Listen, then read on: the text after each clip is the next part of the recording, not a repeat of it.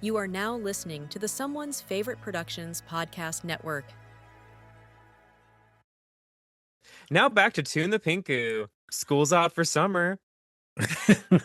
What is it about us and talking about films that are always about teaching?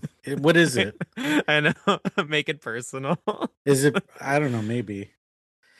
Are we going to be giving out too much information about us that We students? literally mentioned that we teach multiple times. No, meaning like our students going to find out that we have other exciting things going on in our lives besides teaching. Oh yeah, are you secretly being tied up? I don't know. Maybe. Are you taking an enema? Are you playing with grapefruit? I'll get back to you on that one. You'll have to think about it. I have to get to know the grapefruit first. How big of a cut do you need? As long as it burns. Oh. And then Oh then my we'll go gosh. to the Ginky clinic to get healed. It all comes back together. It all goes back. So so what's on the menu for today? So yeah, we are Tune the Pinku. We are the podcast dedicated to pink film. My name is Dakota, and I am joined by my husband Chris. Yes, and we're married. For those We who are literally married. we are recording in our small apartment. Which is also unlike any of the films that we're talking about. I don't think anyone was married in them. No, they were Married to the job. they're married to the job.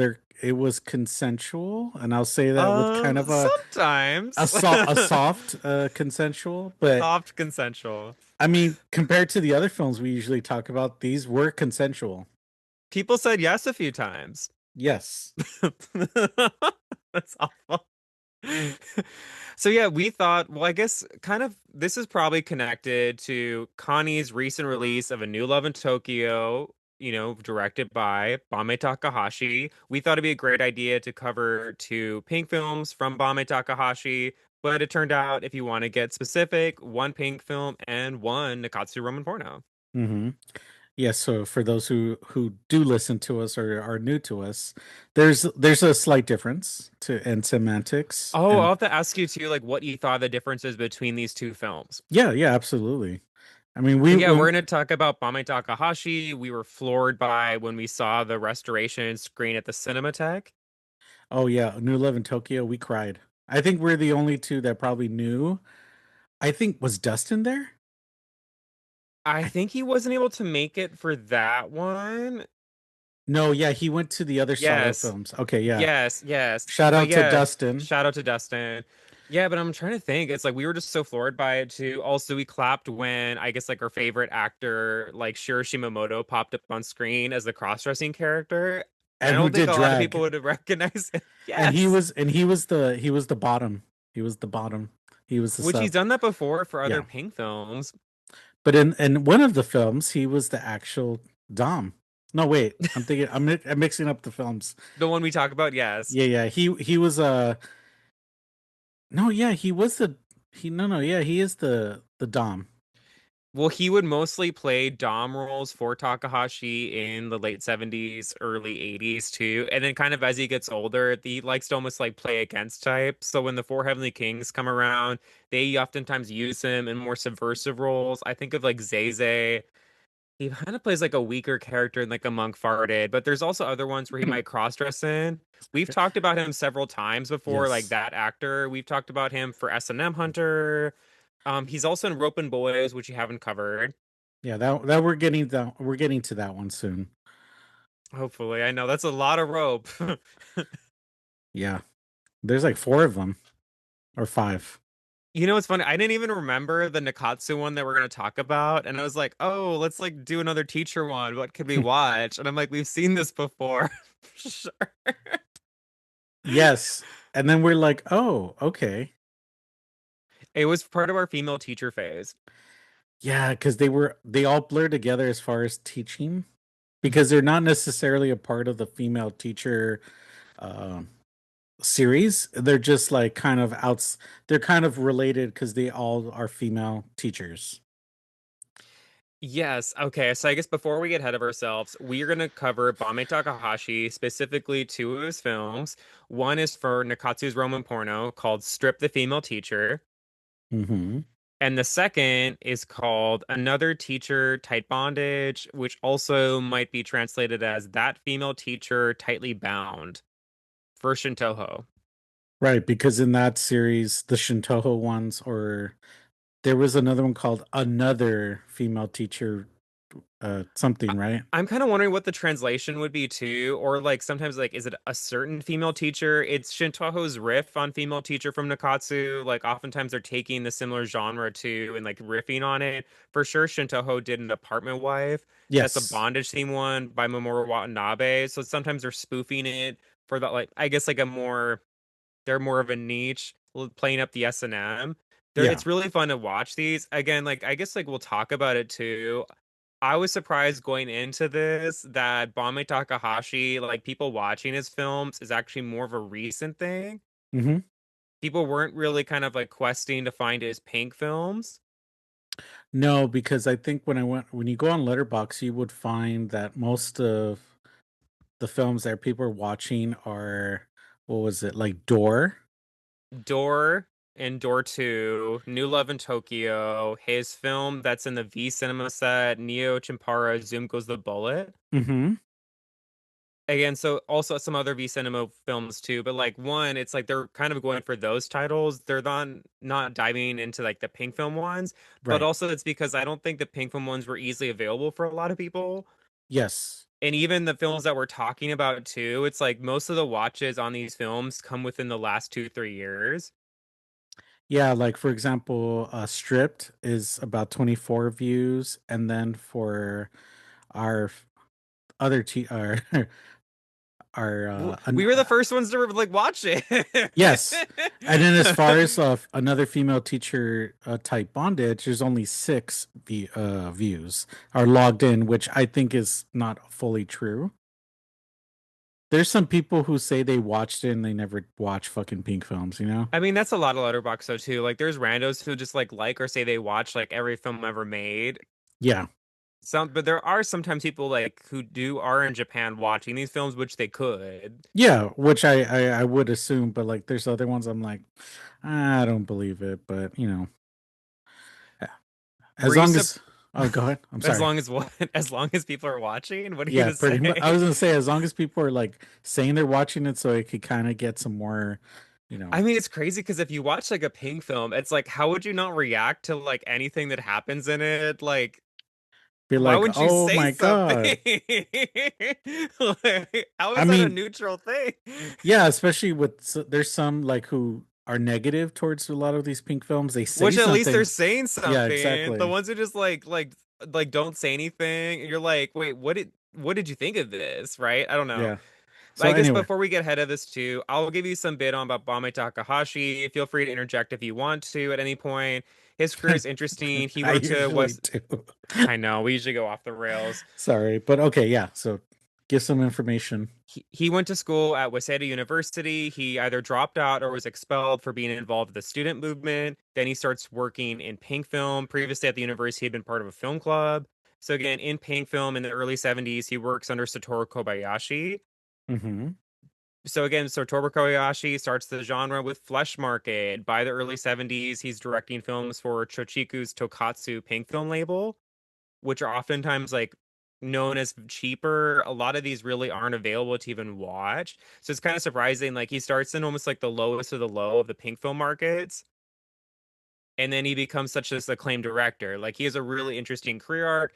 He then briefly leaves directing, returns to direct in 1976 for Wakamatsu Pro. He'd also writing screenplays for Wakamatsu throughout this time period. Eventually, he establishes his own production, Takashi Pro, to produce films. So 78 through 82 are like the peak of his Pink film years. Hmm. So we've seen, I mean, I've probably seen over 20 films of his at this point, and it's a mix between like Takahashi's films. Pink Aiga, the Japanese collector of VHS, brought probably like 5 or 6 new titles from Takahashi that never been out there before, Right. available. And again, some of them were part of like they were Shintoho films bought by Nikkatsu for home video, then cut to 30 minutes. So it was an interesting experience to watch that. There's also other of his titles too that have been various, sometimes DVDs throughout the years. There's also ones on the adult streaming, like the fans aside of DMM. Okay. Our favorite streamer. Oh my God, I feel like every time I log in, it's always like recommending me like MILFs, grannies, and then also like trans stuff. Well, we got to protect the dolls. Protect the dolls. Mhm. Happy Pride. I mean, also, I don't like. I think we one time we clicked on one of the granny ones just to see what it looks like. Granny was getting it. She was getting it. I forgot what it was, but she was like, I was like, you know what? Get it. You know what? It's not too late to make an old woman happy. No, it's not. Oh, I'm trying to think. So yeah, again, this era is like peak Shintoho. So it's like him and Mamoru Watanabe are really pushing BDSM for the studio. Both of them, it's like they really changed Shintoho's Bondage with a film we had also seen called Naomi Tani Tied Up. Hmm. Mamoru Watanabe directs it. Takahashi writes the script. In it, Tani plays the dual role as a mother and daughter. The mother is married to a no artist, then she's killed. Then the daughter lives in the present and deals with the trauma and this awakening. But that was a change, like game changing work for Shinto, where like, okay, we don't need to do these period pieces by Kanmukai or Koji Wakamatsu. We can kind of push BDSM into a more modern, stripped down context. Right. And so they both pick this up. Takashi frequently writes for more Watanabe, but I would say that Takashi's films have more violent flourishes, more interesting music. We'll talk about a band that gets put into one of these films, but in other films of his have used like Goblin. Yes. Again, so you think of Argento, they've also used some Janis Joplin songs. He has a more hit beer for the music. So him, Mamoru Watanabe, and also Genji Nakamura, which I don't think you would remember his films. I do remember the last name, but not, I wouldn't say I remember the films. They're from the similar era of this time period where they're known as the Three Pillars of Pink. Hmm. And so they're a generation that's before the Heavenly Kings of Pink. They're before Sato. Also, Takahashi has been cited as an influence on Sato. Oh, okay. That which makes sense when you see it. The mix of sex and violence and erotica, you see that in the film, especially in one of the films we're going to talk about. Oh, absolutely. I'm trying to think what else. His career. So 1982, he goes mainstream with the movie called Tattoo. It's a real life adaptation of a hostage crisis. It's released by the Art Theater Guild in Toho. Door, which we've seen, is from '88. Then we also love Door 2. He was one of the first Pink film directors to go mainstream. Right. So again, like he comes before Yujiro Takaida, he comes before Takehisa Zeze, like he's one of the first to really champion it. And also, it's not like he just did a few Pink films and went mainstream. He has a really strong, active Pink film career. Oh, yes. Yes. And his wife is actress Keiko Sakine. Now she's taken his name, Takahashi. Hmm. Interestingly enough, we have seen a Shintoho movie that spoofs her life. So Kamukai directed Tortured Women's Dark History from 1980. So there was a period where, like, before she met Takashi, she had kind of left acting with for another guy, and then there was a scandal around that. Like, why did she leave? Then she came back. But that scandal was then dramatized for this Shintoho film, and then makes it seem like she was blackmailed and addicted to bondage. Oh, that was actually a good one. I remember that one. It had some good music. I think our favorite, if I'm remembering it, oh my God, what's his name? It's Grandpa, Yuichi Minato. Oh yeah, he's old He's in in this it. one. He's in this one. I just remember that one scene too with that film where she goes to the apartment, the guys like put her behind bars, and it's like, and then they go and the director's trying to go and find her, and then like they realize the bars are not even like fully bars, like you can just go through the door. But she's thinking that she's like she can't escape. It No was budget so but a dream. it was ridiculous, but I just remember that film that and that scene too. It was really funny. Yeah, that would be interesting. I guess like someone should ask him about that. Like, okay, you work for the studio, then they spoof your wife's life. Like, well, what did you think about that? That would be a fascinating interview question. But Right? anyways, they apparently they were set up by Nagisa Oshima and his wife, actress Akiko Koyama. Okay. So again, classy people are getting them together. I mean, it makes sense to get classy people like this to behind like these kind of films, especially the bondage ones. I mean, if you're the director of In the Realm of the Senses, is that like a good person to set you up? I think so.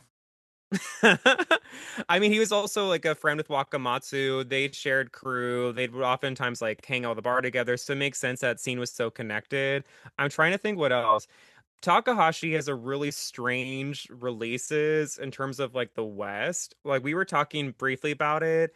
I mean, other than for a while, like the only thing that was available was A New Love in Tokyo had a 2006 DVD, Yeah. and that was kind of it. Hmm. It had a positive review from a website called DVD Talk. Sometimes Midnight Eye, like Tom Mace and Jasper Sharp would mention Takahashi, but they weren't really reviewing one of his films. So that was interesting. Also, before, like, I was kind of curious too. So it's like, okay, like Letterboxd mentioned that one of the films we talked about, female teacher type bondage, was mentioned in Jasper Sharp's book Behind the Pink Curtain. So it's like, okay, what is it? It's not really written about. It's the posters included, and then it lists the cast and crew. That's all the work you're gonna get. Well, no, but I don't know what well, okay, I do know. Like also it'd be interesting like I guess I could ask Jasper but like hey, it's like what because sometimes too it's like this book was written a while ago, right? And Hmm. also sometimes time too it's like changes someone's perspective on it. At the time of writing with Pink Kern, it didn't seem like Jasper really liked Takahashi's Pink films. Yeah, I think there's an aversion to like bondage films in general too, I would say. Yeah, I mean, I guess maybe that's with other people too, or like the being scared of sometimes more of the extremes of the genre, right? Like Jasper, the only Pink film he kind of like talks a bit about in it is one called Japanese Torture, which I haven't seen, but I could apparently get the DVD for. But he talks about this like POV shot that goes inside of a torture victim, Hmm. which I'm like, that sounds great. I mean, like, buckle up. I mean, we've seen some films too from different directors that like they're being creative by going inside a woman's body. Remember? I think it was Yeah, I mean, also they don't actually like go inside of a body. yeah. They usually use like a visual cutaway gag. We've Yes. seen ones where it's like they almost created this like shadowy cave thing when they went inside, or sometimes they'll use objects too. Like we're literally talking going to talk about a film that uses a fruit for the vagina. Oh, yeah. Like so it's very playful and inventive. I'm trying to think what else. So yeah, like it seems like what really kind of broke ground for Banmei Takahashi in the West, because before he had films coming to different film festivals.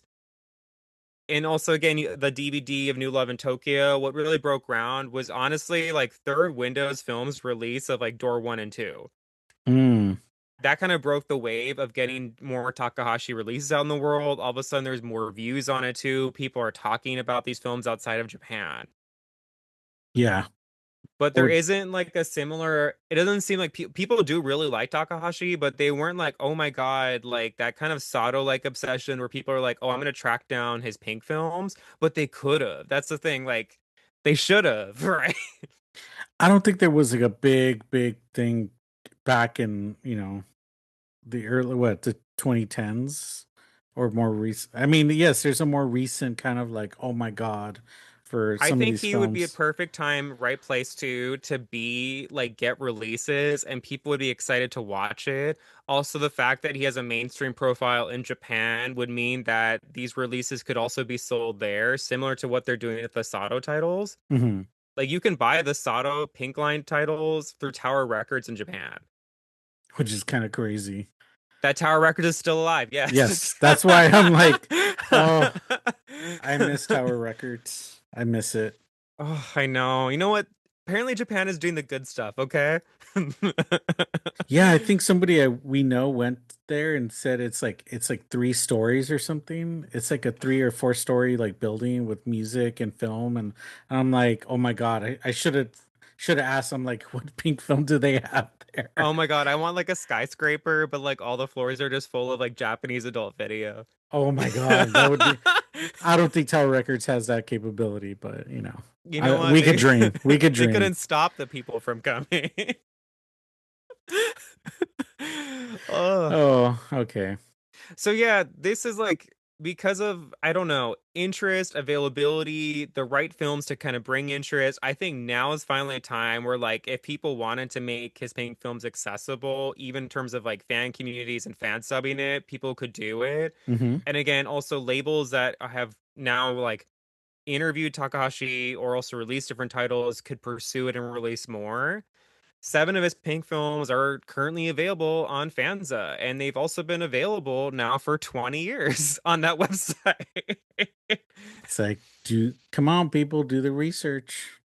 Of those, only Women's Prison, the lynching was kind of spread to legal adjacent websites, which is probably not the great example of like his film too. I would say the ones with again, you just want like a better BDSM film from him, which we'll talk about. Yes. Do you remember any of his Pink films? I think I marathoned like a couple weeks of his stuff. There's a lot where it's kind of gothic. Oftentimes, like he'll go to a rural setting. Frequently, one of the actresses we'll see, Naomi Oka, she'll play like a sadistic character. Oftentimes, Shirashi Momoto is like she's married to him or their brother and sister having incest. And then they'll Mm, torture girls together. That's a prop that repeats a lot throughout his bondage films. I'm trying to remember the actual Pink film, like you could say the Roman porno. There's Uh, also ones where they're in the city and like Naomi Oka will take like an enema every day too and get tied up by him, which is kind of similar to the plot we'll talk about. I'm trying to remember again. I would say the ones I would think of is what? No. Well, the one that I do remember, I don't think it was he. No, he didn't direct that one. I just remember what? Because there's Bondage and Cage, but I don't think that's Oh, Shinto. Bondage and Cage is good. Okay, that's a rural one too. And that's But also that's one Shintoho. That's Shintoho. I also like Bondage Female Coed, which was like a pink Iga find. Because there's Whip and Bondage from '79. Again, like there's so much bondage in the titles too, and variations on whip, bondage, Chains chains, and cage. and Female Teacher. God, only the good stuff. Oh my God, there's also like the posters are so racy to get like Yes. a poster approved on TMDb. There's ones I had to really just like badly like cover the skin. Ugh, I know. Like, look, hey, if y'all are curious, like what I had to do to pass a poster through TMDb, look at Bizarre Bondage Y from 81. I had to like, okay, I can show you this. I had to block out the skin with like a red. Oh yes, yes, I remember that one. Awful, but also beautiful. Yeah, again, I'm just looking through Letterboxd and seeing the films, and I'm like, I don't remember which ones are actually like Nikkatsu. He also has some good films that aren't bondage related. A Girl Mistress is definitely a highlight where it's like a girl turns to sex work to support her boyfriend that's in prison, but he's kind of stringing her along. Then she connects with another guy. It's very soft and sensitive. I cited it actually in the forward essay I wrote for New Love in Tokyo. So Banmei Takahashi has this history of films about sex workers, but he also like really he treats them as human. They are women who work. They're allowed to find love, have romance. They're not shamed for their past. That's a consistent theme throughout his Pink films. Yes. Even though we're going to talk about completely deranged stuff today. Well, only one of them. I mean, the one I do remember that I thought was pretty good was A Message from Maggie, but that's like much later, right? Yeah, that's actually his first home video Yeah. project. It's kind of almost like an extended music video with the drama too. It's very light on plot. It's another Pink Iga find. Yes. And then there was another one I think from 80. Uh it's like Shiho Kimbaku? Shiho Kimbaku. Oh, I think okay. I think it was one where the title King Baku would be bondage or rope. Shoujo? What's shoujo again? Shoujo, yeah. It says it's like father and daughter, sister, brother will rope. I think it's about like another family in bondage. Oh, young girl bondage. Yes. Okay. Oh, I don't know why that uses the Romaji, whatever. Yes. Again, another bondage title. Love it. Keep the hits coming. Ooh. I'm trying to think. Yeah, I guess that kind of covers like a great overview of Banmei Takahashi. Hopefully, it kind of sets the stage. Hopefully, it also kind of makes you curious about him in general. Also, that now that you know there are more films available. Yes. Also, I guess like in our wrap up too, it's like both of these films, one's from Nikkatsu, one's from Shintoho, and also he does have other films from a different pink film distributor called Million, which do have DVD releases in Japan. So somehow, even though Million is defunct, they worked out the rights with his 16 millimeter prints to get those released. So again, like you could get different Blu-ray labels. Like you could get like more Shintoho, obviously, with the Vinegar Syndrome. You could also get like Kani could be like, okay, let's pop out some of the Nikkatsu titles together, Hmm. right? You could also get like a company oddball left field coming and doing his million films and working with Takahashi. Again, that they could do this, They right? could, but again, we're not going to tell people how to do their job. No, but no, no, they are doing their job. That's the thing. It's like I think now that the interest is finally built up, and also too, it's like thanks to Third Window Films, also really thanks to Connie with this new love for New Love in Tokyo, like the interest is finally there to really kind of keep going with the director and give him this acclaim, at least in the West. Hmm. And it also seems too like people in Japan would want to see these films, especially restored. Yes. So that being said, let's go. I guess we could start with Nikkatsu, right? Yeah, which would be the Strip the female teacher. I Sorry. guess I guess we're starting with the nice classy one first. Was this classy? The way the story was, yeah. I Compared mean, to our other bondage teacher. she is getting raw dogged by a student. Who? Like the both of the teachers, they're like doing it with students and No, yes. they're doing with different guys. They're also doing it with a male student. Oh, that's right. Yeah. Yeah. Something that we don't, we're like, nope, nope. Which is so crazy, like how this whole film turns out. They're all like, "Oh, that's cool." Like, Yeah, especially at the end, like yeah, towards the end of this one. But we'll get into that. But let's give us some information about this film. okay, let's keep it fun. So the tagline was, "By day, she's a pure and innocent teacher, but by night, her mature body transforms into that of a lustful woman obsessed with men." Yeah, that sounds about right. Yeah, it's kind of okay. I mean, I feel like she'd almost be even hornier if that was the description. Exactly, because she's not as horny as you think she is. Oh my God, like she should. Well, other than there's some crazy sequences in this, but I was like, God, she should have tried bondage for one of them. Yeah, but they don't. It's more wholesome I'm surprised she didn't go lesbian too. with the friend. Yeah, why not? Like, oh, they share a story and they start making out. That would have actually like, oh, that would have been good. I see that, but I don't think it would have been called for. Like I don't Oh think it my needed it. God. You know who like, okay, her and the friend are? Mm, Okay. Are so we the main teacher Reiko Nemoto, she's mhm. this virginal teacher. She's 24. Again, so again, she gets this note at the beginning where her ex-boyfriend, where they never actually had sex, he's moved on and had a baby. He sends a picture of her, like him, the wife, and a child. Right. And she's like, wow, right? She pairs up the note, opens the movie. She almost kind of reminds me, it's like she's like a Miranda. And then the friend who like is more again, like more promiscuous, I guess, it would It's be the Samantha. Samantha.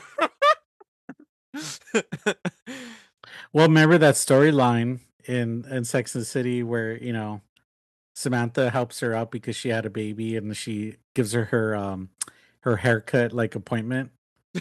Miranda, she gives it to Miranda, and then the way that she babysits is using the vibrator or the what was it, the massager gun. I could see this teacher doing that. That's what I'm saying. Yeah. Oh my God. And like Miranda, she gets pregnant. Oh my God. That's crazy. Okay. Well, Good. spoiler alert. Spoiler alert. Oh my God. Okay. Also, the plot description from online. Reiko Nomoto is a teacher. Though she hadn't consciously thought about it, she had never had any experience with men until the age of 24. Because of this, female student Sanaya Nishio looked at Reiko with contempt. One day, while Reiko was on duty inspecting the classroom, she heard strange sounds coming from a man and a woman. Peeking inside, she saw a fellow teacher, Kazuko Nishida, and a male student, Namuru Araki, have seen sex in the classroom. Reiko was horrified. Realizing she had been seen, Kazuko invited Reiko to a coffee shop the next day. Yeah. I am trying to think. Yeah, that's pretty much it. Yeah. Yeah, like I Um, said, it's I mean, is she really that horrified? It's like, oh. is she really that horrified? Oh, also, yeah, immediately the male student that the teacher's having sex with is Toru Nakan or Nakane. Yes. He's pretty recognizable. He's done gay pink film. He also works a lot with Toshiki Sato for Shinto titles, amongst the Four Heavenly Kings of Pink. He will also be seen in Sato Volume 4 on Survey Map of Paradise Lost, so people will see his face restored. Oof. He actually is a really attractive actor. I mean, Yes. he looks really young and boyish here, Yeah. but again, like he is really attractive. They do kind of lean on him being like almost the more normal, handsome looking actor too, especially with like Toshiki Sato those years, 10 years on. But yeah, like I would say he's definitely someone to check out. I'm trying to think of what his age is. Okay, he was born in 1957, so he was 24, playing a high school student. I mean that Yeah, it's checks. kind of fine. I Okay. mean, what other shows that we've seen in like America and other countries where 24 is like high school? I want to see like, oh my God, if there was like a pink film where like Yuichi Minato, who's like older, playing like a high school kid, that would like make me like so happy. Remember the oh my god, which other teacher movie? It was a gay one where somebody's a student, he's older, and they're like it's the only two. It's not our favorite one. It's another one where Is they that do, when it's a gay one? it's a gay one. Is it where a Yuichi Minato is in as like a principal or something? But then I think like both the teacher gets assaulted a lot, the student gets assaulted a lot, then they have Yes. sex. Yes. Okay, and then they have sex in the shower. Yes. Cold gaze of friendship. Yes, that's the one because I just remember like he's older, he's the principal, but then he's like being fucking nasty to the teacher and then everybody else. It's like everybody gets violated in that film. Oh my God, it's like gay White Rose Campus. Oh, we need to like rewatch that and talk Everybody about it. gets gaped. Sorry. Oh. Oh God, party. Oh my God, maybe we before we start like the fall, we should do White Rose Campus finally and Pleasure Campus Secret Games. Sorry. We got to get ready for teaching, right? Yeah, it's like, hey, we have that Title IX training coming up. Let's like really refresh. Oh, we do because it is the fall. We always have I to do it know. every fucking fall. And it's It's always the awful. same. It's always the same. Same haircuts. But okay, what else in this film that's really like okay, yeah, so she she's virginal, right? So she loses her virginity the first time. Then but she likes it and then she goes around like still sleeping around with different guys. But eventually she gets pregnant. Yes. But we don't know who's the father. No, we do not. And even a pink film reviewer doesn't know either. So I obviously think it's it's kind of unclear. play. I think it's played that way to like she just maybe she wanted to have a baby, or it was more implied that she got pregnant. Oh well. Also, Because she has sex with three different men in this film, which is kind of a low number for a pink film, I guess. I guess they want to do their version of three men and a little lady Oh God. Three men in a bowl cut. in a bulk.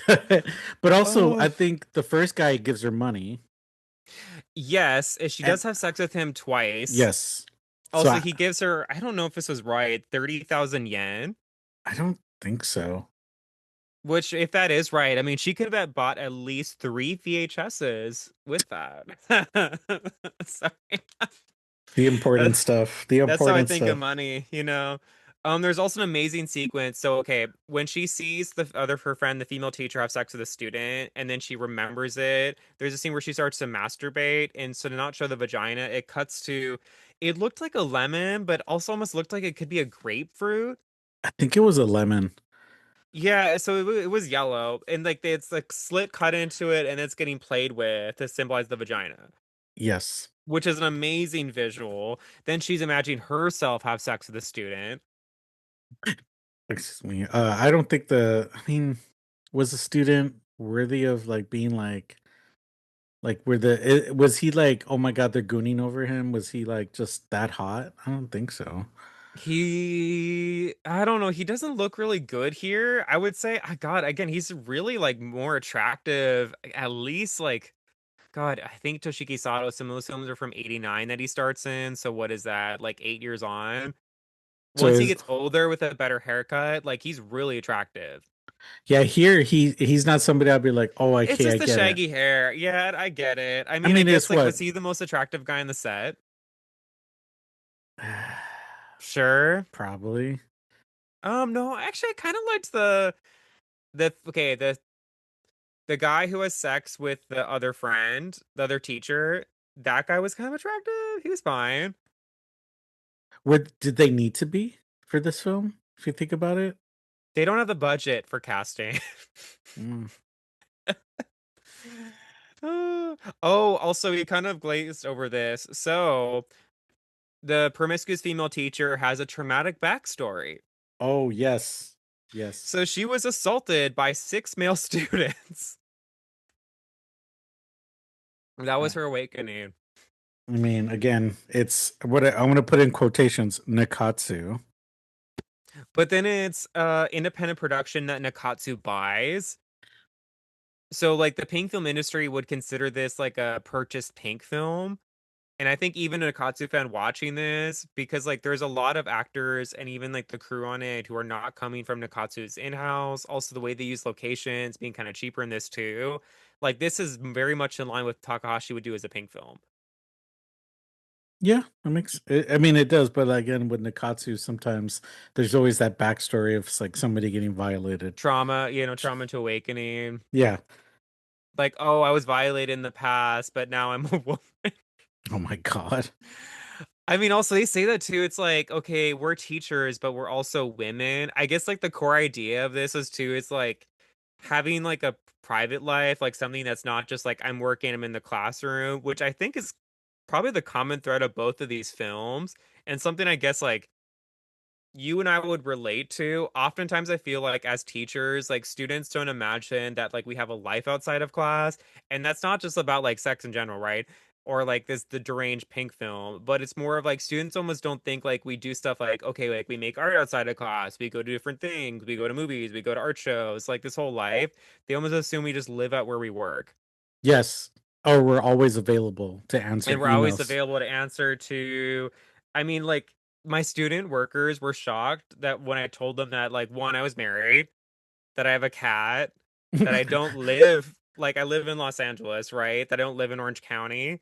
Oh, I thought you were going to almost say I have a kid. I do have a kid and he's Yes. a over a 1 years old right now. Which means he's a teenager. He's in his emo phase right now. Oh my god. He's like, it's not a phase, meow. He does have the haircut. He does. And we do go to Hot Topic a couple times. But Just yeah, random. I agree too. Like there's times too when like students find out about your background, like, oh yeah, same. They're like, you're married, but you don't wear a ring. You know, that's like the symbol of like you have to have a wedding ring to be married. Or also it's like, oh well, you know, and I go, well, I do mention like there's times when I talk about you, like I do talk about you when we're like, oh, we did this project together, or when they ask me to show students my work, right? Like Yeah. I'll be like, oh yeah, here's my website, or they're like, I found you on Instagram. I didn't realize you do this and this. It's like, yeah, I'm like your parents' age. Oh, they're kind of older, except for maybe our CISA kids. But CISA yeah, kids, I would, yeah, like our summer school program, like we're pretty much their parents' age. Oh my gosh. And I don't other, want to think about being old. I'm older than you. I know. Okay, then. Just kidding. But are you virginal? No. I'm trying to think because like when I started teaching, okay, when I was doing my student teach, no, I had already had sex and been in relationships before. When you start teaching? Yeah, when I was student teaching into working, I had already Oh, dated and yeah, had a yeah. past two. I mean, again, like these aren't things that come, you're not telling your private life like that to a kid. But No, yeah, no. like I wasn't a virgin like this teacher. It is an interesting dynamic when you Especially start. at 24, when because she's 24. Like you would think like before you graduate and everything, you've already had some sexual experiences. Well, you think she would have in a Japanese movie. I mean, yeah. I'm like, yep. I was like, wow. I mean, no, but yeah, it's interesting. I wonder. I mean, I guess like people lose their virginities at any age and it shouldn't matter no matter what. It's an interesting plot line too for this. I think it's kind of a cool setup. I wish it well, it does loop back at the ending as if like she's like, well, it's like you have a baby, now I'm having a baby, I know, right? and I don't even need a man. Yeah, because yeah, at the end they both are like, "Oh, well, we don't need men." It's like, well, yeah, you don't. Yeah, but also like let's ignore that they slept with the student. That it was just part of the journey, you know. Part of the journey. There's some things they learn outside of the classroom. Continued Ah. learning. Also, we both recognize, I guess, the other friend, the female teacher in this. It's Yuka Takimura. Yes. Again, she's really well known, especially for the 80s, for Yujiro Takaida's like Groper Train films. She does a lot of comedies for him. We've talked about before Sexy Time Trip Ninjas. She also plays the pregnant woman who gets tied up in The Pregnant Woman. Oh, and we did talk about that film, We did talk about it alongside when we talked about the The birth and Birth. abortion. Yes. It was a celebration of life on that episode, you know? It's for all the mothers out there. Sorry. Oh. Yeah, But so again, I I couldn't find much information on her too. She was active from the early 80s into 2000 too. Like she's pretty prolific, but there wasn't a lot of like a bio about her. I would be curious to learn more about her, like what she's up to. I did find out she was also in Debauchery as one of like the friends or like kind of the doms and like The the other subs. the other subs. We love debauchery, but it's been so while since we've seen it. I couldn't I tell kind of you. I remember that film because it stayed with me, especially the end. And some of the and that dog walking scene. Oh my God, that's like what we're gonna do. Like once we go to the Barclay, you're gonna walk me like a dog to the bar. We could. Why not? Give him a show. Yeah, they'll be into it.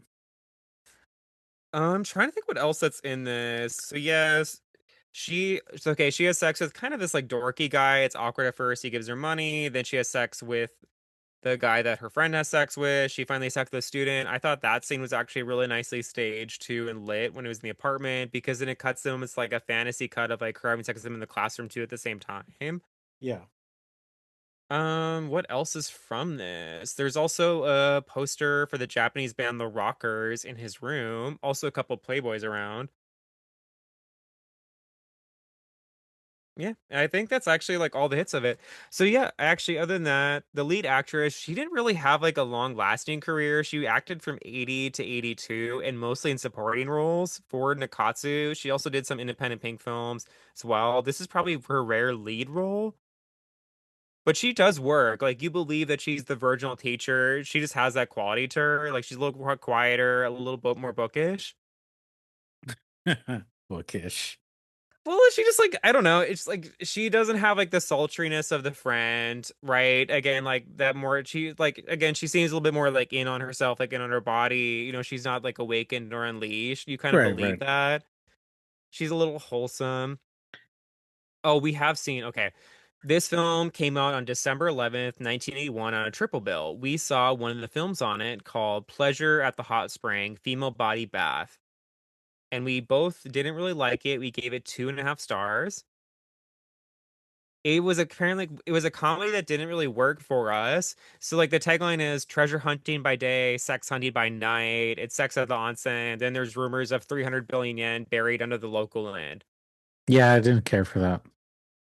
Again, completely forgettable. I couldn't even tell you what it's about. I had to relook up at like our review at this point. The other film on the triple bill was an independent production that was bought from Production Taka. So when you think of Rumi Tama, it's not directed by her though. There's not much information on that film other than the tagline is beautiful aphrodisiac torture. That's my weak spot, a technical run that hits my G spot directly. It's a great translation. Could be anything. Could document porn finger tease. Ooh. Also, this film is restored in Japan. So Nikkatsu has restored it at some point for streaming. It's on the fans' side of DMM. It's also on Japanese Amazon Prime. It's also on legal adjacent sites. Non like without subtitles. Oh, here in Two in the Pinku, we care about subs. We care about subs. So yeah, We care there's about the subs. And if you well, don't have the subs, how dare you? How can you no one really was watch really a film? subbing in this film. I mean, how can you really watch a film without subs, you know? How dare you? Or a good dom. Oh, okay. There was a Japanese, it's kind of like a like TV announcer personality. He has like a blog dedicated to kind of remembering films he's watched in the past. He had remembered actually watching this triple bill. Right? And so he from his memory, he couldn't even remember what that document porn finger tease was about. So he's like, I don't really remember anything about it. He remembered the hot spring one. He also didn't really like it. He thought he was kind of okay on this female teacher one. He said overall, like the triple bill wasn't really like a good one Right. too, because like the in-house Nikkatsu production wasn't good, and then you have two independent productions. It wasn't like a memorable one for him, so that makes sense. So again, like we're talking about something that almost like could have been lost to time, right? It's cool that Nikkatsu restored this. Also, that means that again, someone could easily license this film. I thought it was actually really fun. I think it works not by itself, but it works with like maybe another film or something. If a box set of the director, I would say that way. He has other films that were like bought by Nikkatsu Roman Porno, and there is another one that has been restored, which we haven't seen, but yes, I'll like work on watching it. But Hmm. again, that's at least two films by this director that people like could license from Nikkatsu. And then there are others that are like maybe it'd be more of a question about like convincing Nikkatsu to then restore it from their Yeah. archive. Right. But again, that is doable. I guess other shout out too. So like Toru, the male student actor, he's actually really well known more of like for dubbing now Mm. instead of live action. He dubs a lot for like TV, anime. Also, he dubs like Western adaptations in Japan. Like he's done voices for Grey's Anatomy, but also The Affair. Ooh. Okay. So again, like people have heard his voice in Japan, even if they haven't seen him. And we saw a whole lot of him in this film. You're like, what the I'm just gonna stay quiet. I guess too, I get another shout out. So the three pillars of pink were very popular during this time period amongst the independents like Shintoho, also at Toei's New Porno. Again, they were really bringing in younger audiences back to pink film. Nikatsu is aware of this popularity, so that's why they're buying up even like this independent production from them, like Banmei Takahashi. I'm trying to think of this. Oh, I guess another shout out. Toshiyuki Mitsutani is the assistant director on this. He also co-wrote the screenplay. He is most known now for directing Isola Multiple Personality Girl, which is on Arrow's J-Horror Rising box set, Which we just got. which we just got. And it's staring us in a watch pile under a mound of VHS. Yeah, eventually we'll get to it. Somewhere in there. Also, this comes from, I guess, like the production studio is Contemporary Video Planning, Gendai Aizukikaku. It often, so like how they worked is they got pink film directors and then the films were bought by Nakatsu Porno. So it's other than Takahashi, you're going to get Shinya Yamamoto, Mamoru Watanabe, these classic pink film directors making films. Again, and then the company switched to doing adult video under the name Dalpa. Oh, I'm trying to think. A DMM reviewer, so on the adult site, said long torso, short legs, big face and buttocks, thick thighs. The silly look on their face when they get hit with their mouth wide up, open, is so arousing. When did they get hit? Maybe when they get plowed? I don't remember them getting hit. Maybe like they're getting railed or plowed or something, not like hit physically, but I think it's Oh. just a bad translation of like him having sex. Also, my God, sometimes like when you get something that's more of like the casual Japanese too, or weird sentence structures, it's always fascinating to like throw it into the auto Google Translate because then it makes it even crazier. That's I why would say it's like I would say our friend, like the collector Pink Aiga, like he's really fun to hit the translate on because it's like oh, he's like, he's I my a fly bit my butt in the rain, and then I jerked off to the film, and I maybe cried a bit because it was so good. But then I found the listing to the laser disc, and then, like they're so good. yeah. Well, thank God for him because he's actually like remembering and like posting these things He is because literally saving cinema right now, he is. which he has stopped uploading on his Internet Archive. Actually, I'll just start to ask him. He's still collecting and like selling stuff through Yahoo auctions in Japan. Yeah, I messaged him, ask him like, hey, as he's just probably taking a break.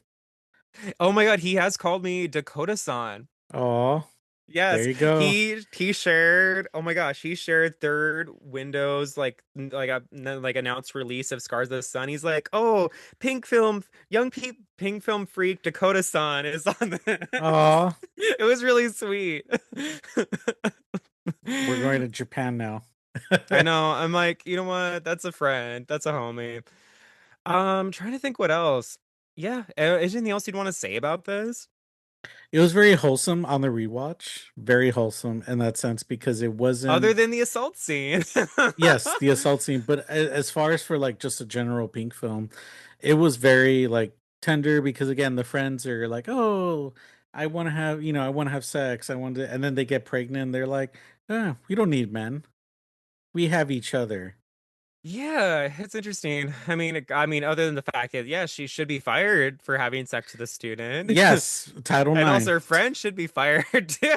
I mean, there were so many Title Nine violations, but who cares, right? You know what? Who's counting? I mean, this is like throwing. It goes back to like all my art school experiences, where teachers and students a lot. Oh my God. Okay, I didn't see it at the art school that I went to, but that was a thing of the past, apparently. So yeah, I'll just say, oh, Yeah. allegedly, right?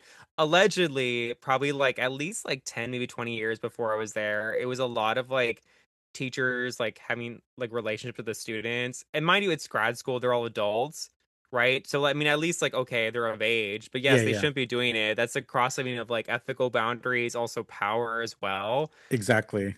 And also, I don't know. I think it's like it's such a classic, like inappropriate thing. Within almost like an art school context. Yes, I would say 95% of art schools, and I say it like as a general speaking, like most art schools, because again, at least you have students who are 18 and older and the teachers, so it's still very like okay, at least they're 18 and But 19. it probably happens in like other schools though too, like that aren't just art related. I mean, Yeah. I think with community college, I think it's like we're so like there's such a code of like ethics and conduct and how things Yes. get reviewed that it's harder to imagine stuff like this happening as much now. Hmm. And sometimes like what these private art schools get like have gotten away with in the past is really like shocking. But I guess it's also like broader academia institutions too, like how people get abused within these.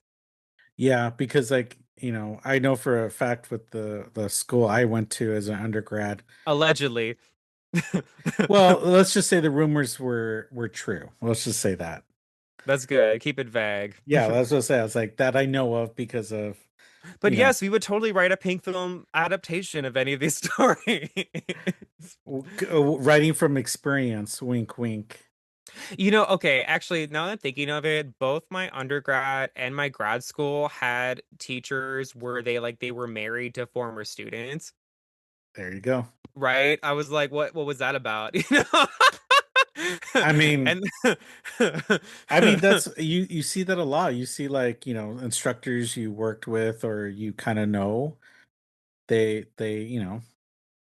they're living with their former oh God, that's like students. so insane. Also, like I can't But imagine it too ethically because like I see our kids as kids, no matter mhm. their age, like they're coming to us to like learn a class, like we're supposed to mentor them and help them too. And like again, there's like a professionalism to it. It's almost like I guess like as a teacher, like you're kind of like a surrogate parent where like you're trying to help them grow, like learn the thing and also like keep them safe too. Like I don't know, like you and I like, oh my God, like imagining like these crazy situations too. I guess also that probably why we watch Pink film. We just like the absurdity of what it does, and also the way it almost can tackle like a real life thing, yeah, but because I be think playful with it. we talked about this before. It's like, this is not a fantasy. Whereas we know, I mean, I'll say this. I know people who this is a fantasy for them. They love that teacher student relationship. They just That's just something they're into. And I go, personally, I don't like that because I'm a teacher. I take it serious. Everybody already knows what my fantasy is like doctor shit. Which is funny because like if you were a doctor, would you then have the fantasy because you work in it, right? I don't know, probably not. You'd be like, no, I'm into firefighters now. I mean, I yes, don't I love know. firefighters. They do more of the work than other people do. But yeah, no, I just think it's just like I don't see the fantasy in it. But I think you're right because I'm also very protective, with the students, regardless of age or whatever. I'm very protective. I'm very like almost like a dad, or what sometimes they used to say, "Oh, you remind me of my uncle. You remind me of my dad. You remind me of some like relative that's like Yeah. what is it? They're like, you're mean, but you also care." And I'm like, I am not that actually mean in real life. People think I am. Kanuma thinks I'm mean. Oh, the cat? Yes. Our son. Oh, no, he's playful. Yeah, he's fucking. I play more rougher with him than you do. I know. I'm like the mom. I'm like, oh, little Kunuma. And I get him. I'm like, what are you doing? And, box him around. But again, I think like as far as like that whole fantasy of like, the teacher student, I mean, I think I would say like we would like if we did a movie ourselves or if we were like exploring bondage more. But I would, okay, if we were doing like a teacher movie, I would make a crazy one with Yeah, teachers. Like it's kind exactly. of it's like the fantasy element of it too. Like you want to do something that's like crazy over the top, like things Yes. that don't happen, like you shouldn't be doing in real life just to be funny. Because oh my God, we love that crazy one. It's like My Teacher, My Obsession, Oh my God. And I which is just on Tubi. It's so fun and trashy. Also, the lead student, like the actress for the student, she's so good and crazy in it. yes, and also the guy, the teacher, he's just like he's so like, oh, it's like a role reversal, right? Where instead of Yes. the male, it's like the male's kind of like, no, no, no, and then she's like, you're gonna fuck me, you're gonna do this, and I'm like, get her, Jade, get him. Oh, I know. Poetry. Yeah, we appreciate like absurd, like when it's absurd, of course it's much better for us. And there was another film that we watched that is not Pink or like Tubi. It was an actual film. We watch actual films? It was a drama. It was based on, I think it was based on a true story or something where the teacher has this like relationship with a student and it Yes. Was he like kind of on a farm or yes, something? And there's yes. really good music in it. It's very kind of like sad and vibey. And she almost has like a mental break where she gets paranoid, then pushes him away, then it leads to her downfall. Yes, because she gets like mentally broken because the It was guy's actually really good as a drama. because it was kind of like more realistic and honest, I guess, the way the depiction was, because it wasn't like sensational. It was just more of like, wow, this woman's actually broken. Like she's messed up on some other trauma that has nothing to do with him. You know what I'm saying? It's like there's some trauma, but and then the student, the male lead and the just the way he was written, like the character, he was like he was not into it, but then he got into it, and then he got sucked into her fucking craziness. Yeah, you understand why she's obsessed, and then also you understand why he's just kind of enjoying the sex too, and not Hmm. overthinking it either. And then when it almost becomes too much, like she's too crazy, why he pushes her away. It was very nicely written. Yeah, I forgot the name of it. We'll put it out somewhere, Girl, but we're senile. yeah. No, it was not Lifetime either. It was actually like an We actual. watched something that's not from Lifetime. I Just know, right? kidding. Or David Dakota. Shout out to David Dakota. We did watch something recently of his, and it was not teaching this The time. Brotherhood. It was the Brotherhood, We yes, watched the final Brotherhood film. but we didn't see the other ones. You only saw the first and then the last. And I The think first that's and the sixth? That's yeah, crazy. that's all you need. That's all you need. There's so much like plots and hellos we missed. And shirtless twunks. I guess, well, on the flip side, we were just talking about like the sensitivities that we have as a teacher for the storyline, the complexity of those issues. And now we're going to go into completely deranged BDSM.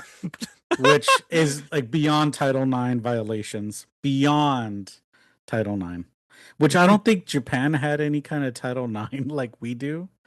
Well, they would do, but it wouldn't be called Title IX. Also, like, it's a different culture too. I mean, again, like once you read sometimes too about like people's experience, especially like teachers in Japan, or sometimes even like Westerners who go there and teach, Yeah, it seems like even students, there's a different almost like touching of like physical touching of a teacher, or like sometimes crossing boundaries, not even like a sexual way too, but yeah. sometimes like they'll like be like teasing the teacher or like kind of like bullying them a little bit too. There's just different types of physical contact, I which I mean, guess makes sense too for these films, like the layers of consent that get stripped away from. It's crazy. I mean, Love it. multiple layers. So yeah, let's get into it. Give us the backstory. And now we will talk about our next film. So yes, on Letterboxd is called Another Female Teacher Tight Bondage. Jasper Sharpen Behind the Pink Curtain translates this as That Female Teacher Tightly Bound, which that's probably a more accurate title of it, because obviously like this film is trying to capitalize on the female teacher films that were known by like Nikkatsu. So again, Shinto has to slightly play with the title when they're releasing one of these films. I actually, outside of Takahashi was writing screenplays for more Watanabe, like the Naomi Tani one, which is like, oh, that's the game changer BDSM film. This is probably his first BDSM film as director, Oh, okay. because it comes out in like the beginning of 1978 in February. So again, like this also not only is like maybe his first BDSM film, but it's also like bringing there's two of his like most iconic actors. Well, actually Mm-hmm. three if you're going to the guy, but like three of his most iconic actors all in this cast. Mm. Yeah, I would say because like we've watched other bondage films with him, right? Obviously, so Shirashi Momoto. yeah, no, but I'm saying I think as a director, you could tell like this is kind of him, like, okay, this is where I can go. And then, of course, he gets even crazier with Bondage much later, like in his other He films. loves like the bondage, like the spider rope ones where a whole Yes. thing are tied up. There's also ones that get more insane too. There's one where like there's a bunch of sex slaves in the basement. Then there's like a Mario Bava like Jalo lighting, like blues and reds cast in their bodies as Naomi Oka is the sadist. There's also that one where it's like people are tied up in the woods and then the goblin score plays. Yes. Yes. That's what I'm saying. I go here, you could see him kind of learning, exploring Learning the this. He's ropes. learning the ropes. Woo! That's I mean, crazy. is he like our is our resident pervert from Wife Collector, like tying up Barbies? No, no, Wife Collector, new No, it wife. wasn't It New Wife was Torture new Edition. wife torture edition. I'm sorry. Yes, where Wife Collector, he knew how to do stuff. Hold he up. did, he did. I mean, Should he have done it? he was multi talented. I'll say that. You know, he could drive and do other things. Exactly. Oh God, that's dark. Okay, But I think our lead actor here knew what he was doing. oh, should I tell you the plot? Yes, tell us the plot. Because was there a Okay, plot? I don't remember. yes. You know what's funny? Okay, I was buzzed last night when we watched this because we did a back to back. I think also we started messaging Casey and Gentry because we're gonna record in like an upcoming episode with them where they come on to us. Yes. So stay That's- tuned to that. So I kind of got sidetracked with that. Also, you know, the whiskey I got. No, I'm just yeah, kidding. you went to sleep early. Let's just say that. You were like, I'm ready for bed at 8:30, and I'm like, what? It was a solid 9 o'clock. No, it was 8:30. Wow, you're calling me out. But Yes. anyways, I had to rewatch it this morning. Also, like then seeing it this morning, it's like, wow, it's like it was just as good as like when we watched the first time too. It's so moody, sensual, erotic, charged, visually driven. It's like I wow, if this was restored, the lighting in it would really shine, especially in the red sequences. That and get to see our lead actress just look gorgeous in it. Oh, her hair and makeup is so good. Well, she always looks good in general. She's that kind of actress. Like she just shines, right? Guess how old she was? Oh my God. 25. Oh, actually close. Okay, it's how old do you think? Okay, if you weren't trying to guess like she's younger, what do you think she would be in the film? Like As like in the film, she looks like she's 30. okay, yeah, I would agree with that. So we are talking about Naomi Oka. So she was born in 1952, which means she was 26. Okay, okay, I can that's fair. That's fair. She plays Keiko, an English teacher at Yoyagi Seminar, which is a cram school. It's actually a real like prep school in Japan, which was founded in 1957. It's very prestigious. She had debuted in acting for Toei's Girl Boss Gorilla, where she has a bald head in 1972.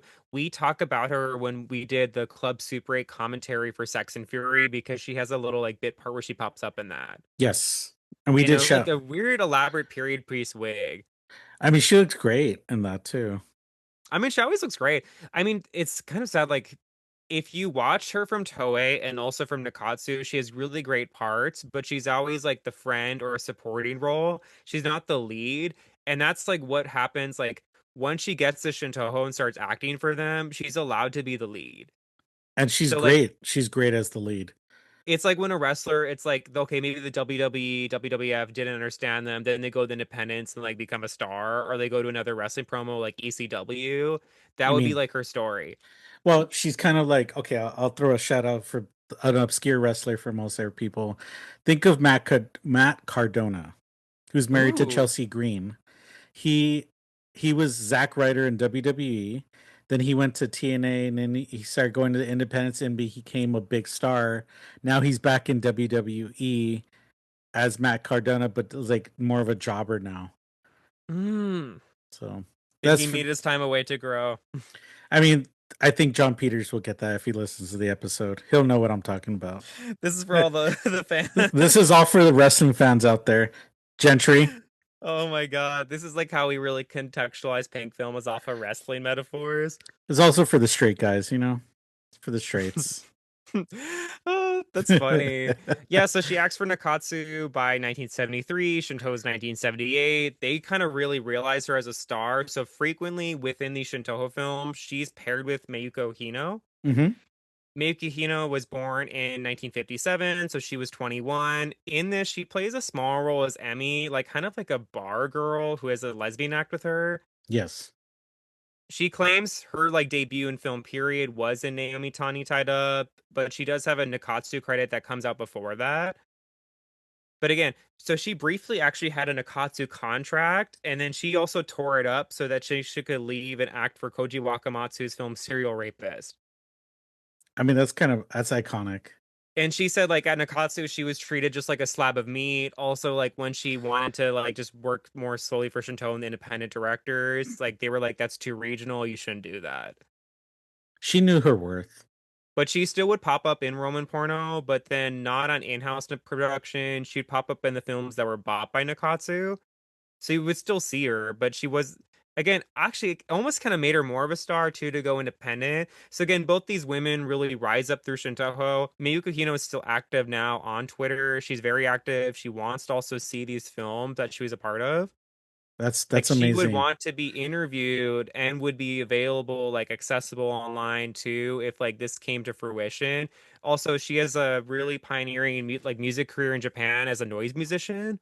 That's awesome. I didn't know that.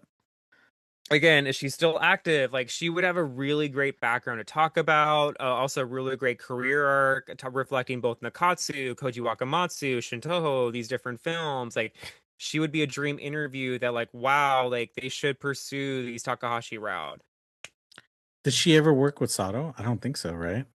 No, but I mean, if anything, it's like her and Naomi Oka, like their films are kind of like the precursors to Sato's. Yes, especially because that like violence and that You kind could of almost sexual. see her as like a Miyuki Hino as like there's shades of what Kiyomi Ito will become. Yes, yes, especially when she does more of that extreme bondage. Like, and there's a film that is, you know, that we love from Sato that is like She just Masterpiece. cinema, cinema. Cinema. Also, it has our favorite male actor, Shiro Shimamoto. Guess how old he was? When he did this film, Yes. He's actually not that old during this time. I want to say 27. Close. He was born in 1948, so he was 30. Okay, okay.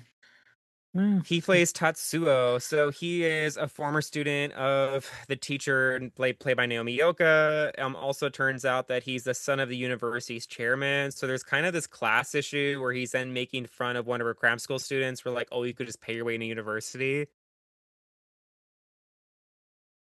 Also, I guess shout out to amongst the cast, there is a male student that's frequently shown in the background, kind of for comedic relief.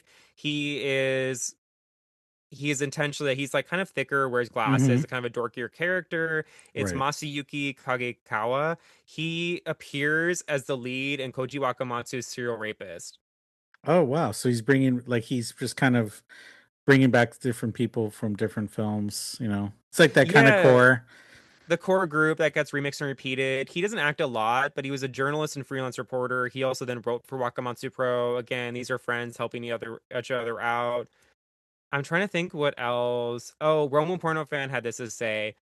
This is how highly they think of the actresses. Naomi Oka and Mayuko Hino. They later appeared in various masterpieces by Mamoru Watanabe and Banmei Takahashi, playing sisters, rivals in love, and more, bound together in kimonos, nurse uniforms, and sailor suits. A Mm, golden duo, if you will.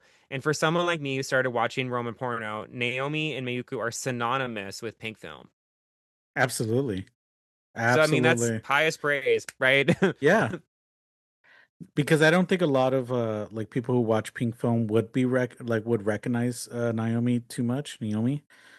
They should. I mean, No, that's no, the thing. great. It's like they should. And like I guess like when we wrap it up, I was like, okay, there's different companies that could have released like Shinto's like these Takashi films before, but Hmm. because of like the lack of availability in general or the more recent availability and interest in his work, they weren't really like seeking his stuff out. They were kind of going for more random picks overall.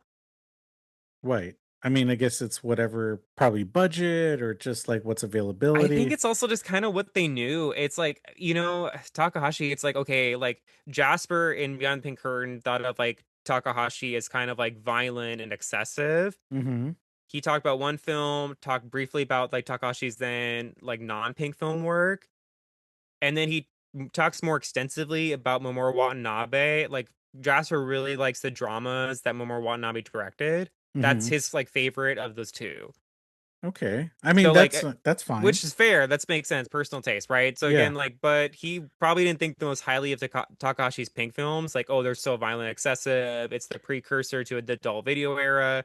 Which I'm like, oh, I'm like, you and me watching it. It's like we chose this because like there's so much like fun and joy to get out of it. I mean, okay, you literally have a mainstream director who made a lot of Pink film, and also like they are the precursors to Sato's. They're just like an instant sell. Yes. Right? And also, I think people would like this. Yes, I think because we mentioned it before, there's so absurdity to a lot of these like plots. It's absurdity, especially when like, okay, female teacher, but then it just gets more ridiculous, sensual.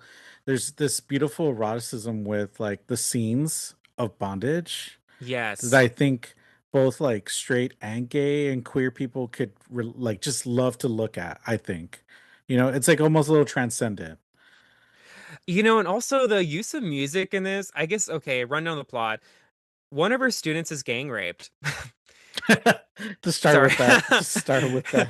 Keiko, the teacher who tries to save her, is also tied up and falls prey to the thugs. Since then, her body is awakened to perverse sexual desire to be tied up and violated. Fearing that pain will turn into pleasure, she is relentlessly tormented by the men. She cannot resist the men who cling to her like ticks. Hmm. I mean, I like that metaphor. I mean, she only really hooks up with Shiroshima.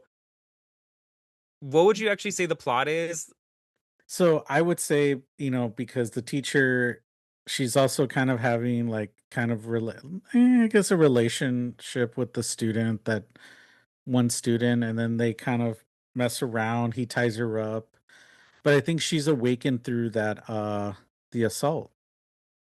Which the assault sequence is very creative. Like, okay, the student gets assaulted, but then they also have this scene where they tie her up in a wheel and that's hung from like a ceiling of this garage warehouse space and spin her around in it. And then that's also shown at the beginning as like a precursor to all of this. Like, it's very creative in the present. So like in the past she had worked at a regular school and now she's working at a cram school. It's kind of unclear if like she was like fired or had like run away from it too. That's a little left up in the air of like was she shamed by the sex or like what happened with that. She continues a relationship with Shiro Shimamoto, who is her student there. Like he's one of the men who assaulted her. Hmm. And so like they're frequently in an apartment together and like they'll have sex. He'll also make her go out and then shame her and then have more sex there afterwards. So that's why like they meet up with Mayuko Hino where she works in a bar. Well, at one point, like he makes them have like sex together, so they're like have lesbian sex. Then there's another sequence where he has sex with Mayuko Hino as they're like on top of Naomi, and then she just has to watch and can't touch herself. Is Kanuma meowing over there? He just did like he got up, did a circle, and then got into a ball, and now he's passed out again. Sorry, it was just really cute. God, I love that cat. He's so funny. He is such a life. No, but like, yes, I think what you just explained is like pretty much the plot. But like their relationship is just very interesting because like he's her student, but it's like he looks older and she looks older, so they look like Oh adults. yeah, it's weird because like she's 26, he's 30, but like if you told me he was like 40 and she was like 36, I would believe that. But also it's not a bad thing at all. No, Like no, her no. look, I mean, okay, she has an innate look as like a more mature, voluptuous woman. She is gorgeous. And And also she when has a really great full body and breath.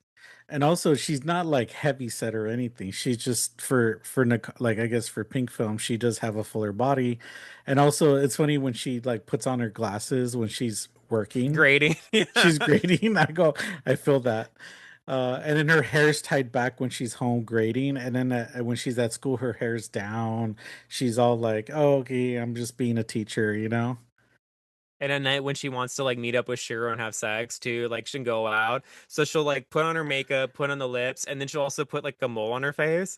Yes, and she does red lips. It's like a very particular Beautiful red. close-ups. Yeah, I mean, we noticed that a lot in pink film too, when the women like they want to go out or they're trying to be like not call girls, but like they get very like they're wanting to go and get have sex. Well, Or like it's, Arena has a great makeup like mhm. scene getting ready and zoom in sex apartments. Like that's such a classic scene of that film. Yeah, and then there's other films too. I would say like other pink films, like maybe some Apartment Wives. Other was where they're kind of getting ready. It's like they always put the red lip, and it's not to say they're a horror, but they're just saying it's like the red lip is like the We're sexy. all whores, darling. Yeah, they take we shake our ass. They cash the checks. All that. That But basically we are horrors for teaching. but did you also like enjoy the same brand of dog food? I mean, does cat food count? Oh God, I can't imagine eating that stuff. It doesn't look good. Oh, you know what, Kanuma, you're wow, he's brave. He is brave. Yeah. But Oh, that being said, so at the new cram school, so there's another male student who is kind of has this attraction, obsession with her, right? They mhm. oftentimes have moments where they're talking in the stairwell together about life too. There's also moments where he's like mentioning poop or poop as a metaphor, or like I don't know if he's quoting a song lyric too. I Right. wasn't quite clear on the translation of it. It does have a later payoff. I'll say that. But yes, again, this male student who also looks older than a student. He does. He has this growing traction with her. Then she eventually realizes that she's in a BDSM relationship with this other man. He's very jealous. Eventually, he gets into a fight with the man at the playground. Just like, He loses. no, but he's like they fight at the playground, They and fight at the playground. my God, it's fun. Amazing stuff. That's too funny. I'm trying to think. I guess we could cut to like. Okay, so all of this is like a slow build. We see all this erotic awakening throughout it. We also hear the instrumental of the band Nazareth, their Hmm. song Please Don't Judas Me from the album Hair of the Dog. The Yeah. score plays is sprinkled throughout, and it's also very mystical, spiritual too, like tied into the awakening too. Like you feel this energy building throughout the film. It leads into this amazing climax for the film. And also like again, there's really no way to like spoil your experience of this because it's so visually driven, but it's like she has this moment. So she's an English teacher. She starts reading off the lyrics to the song in English to English. her Oh, class as if she's just reading a book. and they're just like, oh, Oh, please don't Judas me. and of course, like you get the nerdy guy in the back. He's all like, oh, and then the students in there in the back too. Like they're just kind of like, what? And she's just like, don't diss me, don't diss me. And like you Oh, see, she's also tied up underneath her outfit, and it's kind of we see the close-ups of like inside her skirt and the rope moving against her panties.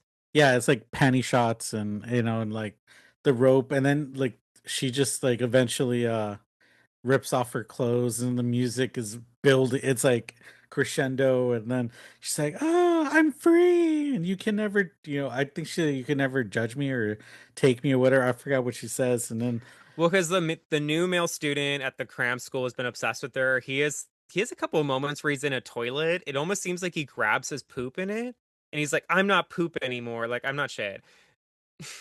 right, Right, and then he has this moment, and I was like, okay. I mean, when we watched it, I was like, oh, is he like hiding like a shank in there?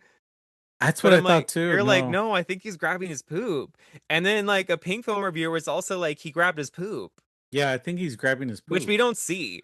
No, no, But I was like, what are you doing in the toilet?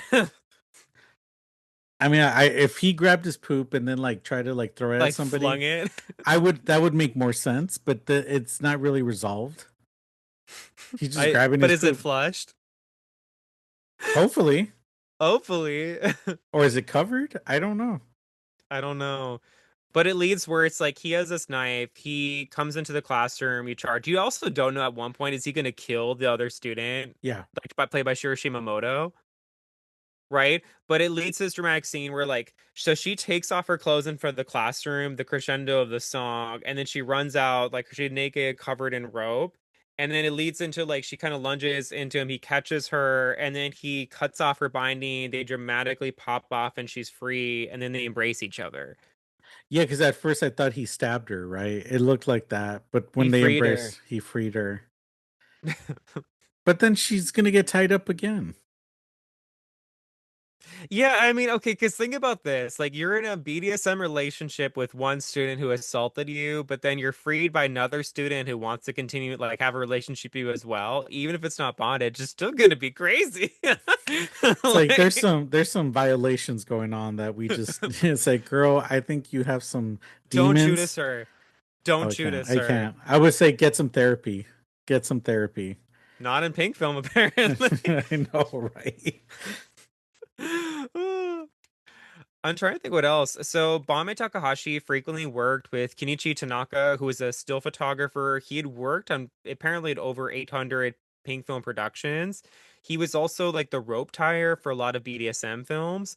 It's kind of interesting too. Like you and I were trying to almost grasp like what makes Shinto's bondage different from Nikkatsu's.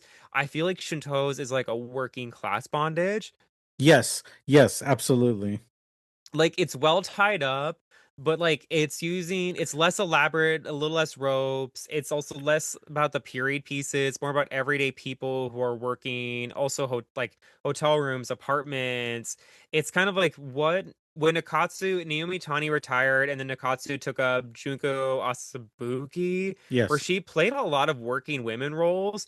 It's almost like Shinto like really did that, but like a more real version of it, where like these are real like working class people plots.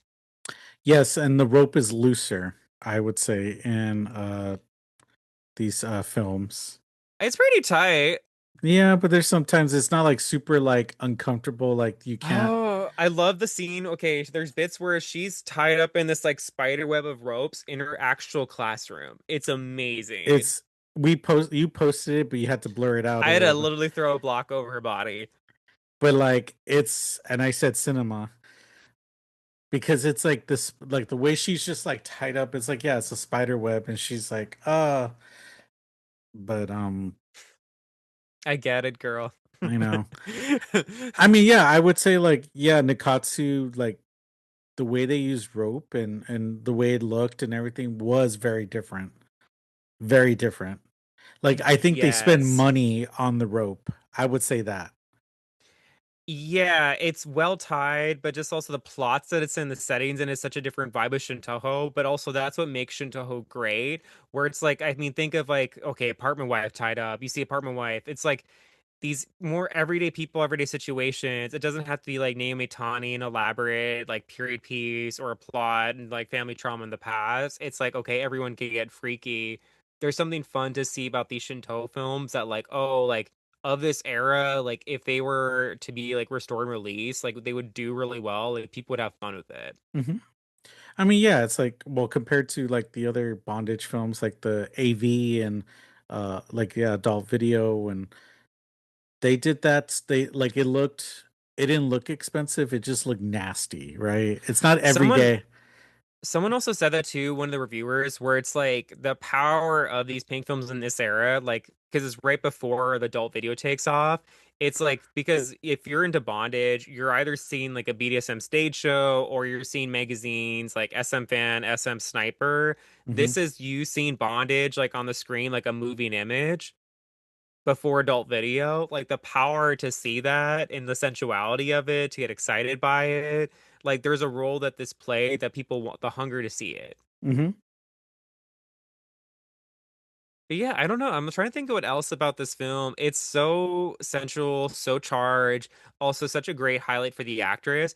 I mean, she typically, a lot of other Takahashi films, she'll play sadistic. That's why, like, in the forward, what I did for New Love in Tokyo, it's like, okay, the dominatrix character of it, both like in terms of physical presence and the role that she's doing, being sadistic towards men. Naomi Oka, like, is the prototype for that within Takahashi's films. Oh yeah, absolutely. And then her friend who's more of the normal sex worker, like that's other type of film such as Girl Mistress for him too. Like you see both different like passive as pink films leading up to that movie. Yeah, I would say like, I guess outside of Pink Film, like New Love in Tokyo is his masterpiece. Outside of Pink. Yeah, I mean, oh, it's perfection. I'm also like a huge fan of Door 2. I Oh, love Door 2. Door 1 and 2 are great for different, like they just have I different prefer film. Door 2. I'm gonna Yeah, say that. and I like Door 1. I This think they're both amazing films. Oh I no, think I no, just they're both great. I'm just saying, as far as like for us, I would say New Love in Tokyo is like his masterpiece of just perfection. it's perfection. And then with Pink Film, with what we've seen so far, there's so many different bondage films, because again, he just knows how to make like bondage look great and fun and erotic, and with the music. And if he Also, gets people like into bondage in Japan, it's like they wanted to see bondage that wasn't really comedic. They want yeah. something that's like a beautiful nightmare that's kind of darker, that's more of an, I guess, like an unhinged situation. Hmm. That's like when we talked before previously about like Flower and Snake, how the writer Onoroku Don didn't like it because it was sillier. Hmm. And that wife to be sacrificed was kind of this course corrective moment for Masaru Kanuma to like, okay, I'm gonna give you like the BDSM you would want, right? Yeah. You see that with Shinto films like this, where it's Hmm. like they want something that's a darker fantasy. Yes. And so again, like within Japanese pink film, yeah, like there's gonna be also issues of consent with like how it's telling the story.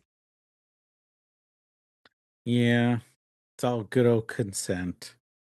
Oh, but that being said, I think we could head to our wrap up. Quick shout out. They use another song by Nazareth from the same album, Hair the Dog, called Guilty. Yes.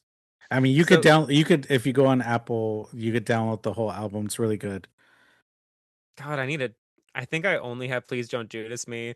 No, Please don't Judas me. I got the whole album because it's kind of like, it's like prog rock almost. Oh, I'm trying to okay, let's wrap it up. So, which film was the most consensual or more consensual? Probably the first. The first, because except for that one scene of, the violation, but most of it's like the girls, they consent to have sex with the guys. The guys are like, okay, cool, like, they do it. It's more normal sex. Yes, I would say there's probably, I mean, okay, at least like I think the first one has like a high school setting, and I Mm-hmm. think the second one they actually might all be adults because they're studying for like to go into university, so they could be of age. It's like a continuation school, right? But Almost. then like the assault sequence in it is nastier than the Mm. first one. Oh, Right? yes. Because when the girl gets assaulted and the teacher gets assaulted, it's like nastier, but then overall, at least like it's adults. And we've already talked like this cast is kind of more aged. Right. And whereas the second one, it gets consensual because of the relationship she has, and they both are like, yeah. She's like, you could tie me up, and then the other one's like, okay, how much can I do? If I must. Right? So yeah, I would say the first one is the most consensual, and I put in quotations, In quotes. in quotes. Okay, so it is, let's say it's the Pink Film Awards. We're at PG, and these are the only two choices on the ballot. Who is the best actress? Well, who else would it be? It would be, yes, female teacher type bondage. It'd be Naomi No, Yoka. it would be Hoka. Supporting would be Maybe the the friend in the friend. first one. Yes, the friend. What's her name? Yes. Yuka? Yuka or Yuka. Yes, it Yuka? would be Yes. Yuka. Yeah. Um, best actor. Shiro Shimamoto as the Dom in the second. Yes. Yeah. Of course. Oh gosh, it's interesting too. So like Best Pink, director. yeah. Best director, obviously. Okay, now the real question: Yes, of the two films, which one did you like more? female teacher type bondage. Same. I did Yes. like the first one. I thought it was cute. It was like, oh, okay. I actually think I liked the first one better than what I remember liking Yeah. it. Two is more fun and playful. I think the second female teacher just had the ending, and then of course the small scenes of them, like when she's being tied up, the spider web, just, and then the music. Oh my God, we also like there's scenes where it's like there's a mirror in the apartment and like he's tying her up and playing with her and making her look into the mirror of herself, like watching her getting violated. It's so well shot. Yes. And he's wearing this gold robe too. Like it's so beautiful. Yeah, they belong together. They chose darkness, They're like that toxic couple we all knew and love. but he's going to university. That's even better. He's ready to graduate, I guess. Ooh. Oh, I'm trying to think. Oh, so yeah, we watched the first film for Nikkatsu has been restored and put on streaming, but it doesn't have a physical release, Hmm. right? But again, it would be a great future title. Again, someone like Kani with Nikkatsu deal could be like, okay, let's release more Takahashi. We have that Nikkatsu Connect. This one that we watched from Shintoho, we watched a tape transfer, Hmm. which also still is watchable too. I would like again, I hope that us by talking about this, like people will just like watch it on Fanza or again, like they'll figure out how to fan sub it. That would be great. Takahashi deserves a renaissance like for his pink films. Again, like these were such a huge deal for the pink film industry in the late 70s, early 80s. Again, it's like it is kind of wild that like more of like the Western labels, more in the DVD era, weren't releasing the films. I mean, like Pink Aiga, the American DVD company, once they were releasing a lot of films from Shintoho, they were doing a lot of like kind of newer stuff or more random titles. And Yeah, it's they. almost like they were buying off of like plots or descriptions or what they thought was kind of fun or goofy. Or they did do S&M Hunter, which is great with Shiro Shimamoto, but it's almost like they weren't like we know the history of pink film. Let's look at specific directors. It was more like, oh, here's like a list of like fun things. Like, let's get a hospital one, gets it a nurse one, gets it a superhero. Like, that seems like how they curated their releases. which is kind of sad because like if they had put out Takahashi's films, 10, 15 years ago, people would have seen these Pink films. Yeah, but it's better late than never, you know. Better late than never. There's always time for a new love. In Tokyo. In the classroom. Like, oh. Oh, yeah.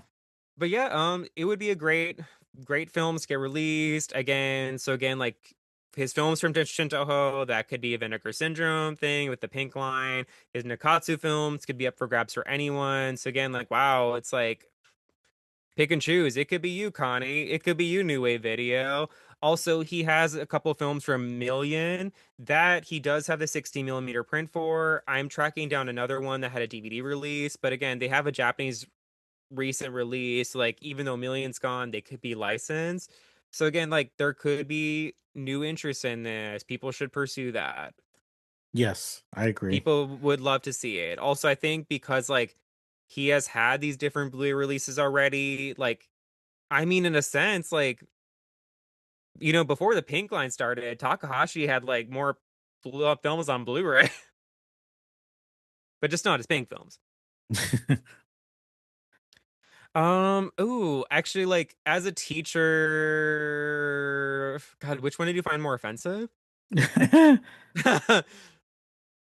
Ooh, I don't know. I don't see them both offensive. not really like offensive. I guess like yeah, like slightly problematic, but I wouldn't say like, oh my God, I was offended. No. There's beautiful sequences of like nighttime, the city and lights in the Shintoho one that's like, oh, I'd like it would be such great to get restored. Also to see like Naomi Yoka like full color on a restoration. Like it would be to see new life of it. Also to get like a better scan too, because sometimes with these tape transfers, you have like a weird like a slightly off timing and cropping Oh, on it, yes. but it's not a bad thing. But like, wow, it's like the life that we see with these Sato restorations to bring that to someone else would be such a joy to see. Also, it's like Takahashi and then Mamoru Watanabe from the other three pillars of Pink, they would be great choices. I mean, gosh, if they put out Mamoru Watanabe, you could see like Tani's Shintoho films. Oh God, I hope. I hope people get tied up.